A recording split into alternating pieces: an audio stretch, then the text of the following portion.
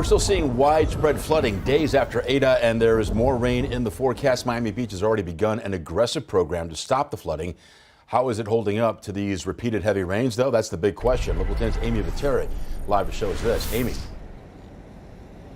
So here in Miami Beach, they are pretty much celebrating how they withstood Tropical Storm Eta. They've made big investments, of course, raising roads, having pumps like this one to help move water out. And they did not really see any significant flooding in neighborhoods that have had these improvements. But throughout South Florida, many districts are spending millions of dollars to try to mitigate flooding. And as you know, different communities face different challenges.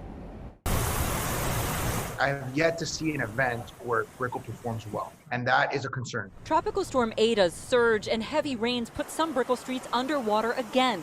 The main pump in the area undergoing repairs at the time.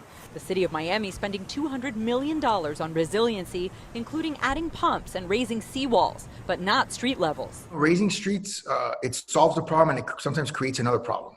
Right, which is it solves the problem of getting the street up, but then you're sending the water either into a residential area or oftentimes into a commercial area.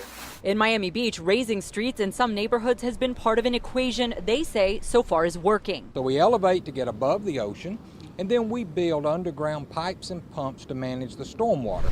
The project helping manage heavy rains that used to flood these streets. We've had folks internationally all up and down the East Coast and our local neighbors just to come see exactly how we did it and how it might work for them. Out west, the challenge is different. Local canals designed to drain water out to sea were overwhelmed. Water managers had pumps running at full blast, but with more than 18 inches of rain in some areas in a short time, it was a losing battle. There is a regional coalition of cities and counties that are really devoted to this issue and trying to come up with long-term solutions. And tens of millions of dollars will be invested in the next decade.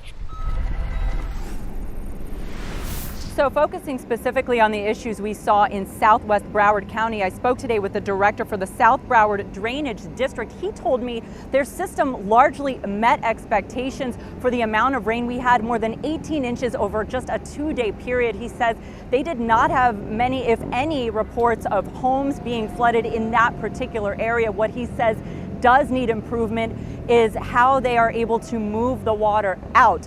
After this storm, they still have so much water that has yet to recede. Right now, no big plans, but that is something that they are really going to be taking a hard look at moving forward. We're live in Miami Beach. Amy Viteri, Local 10 News.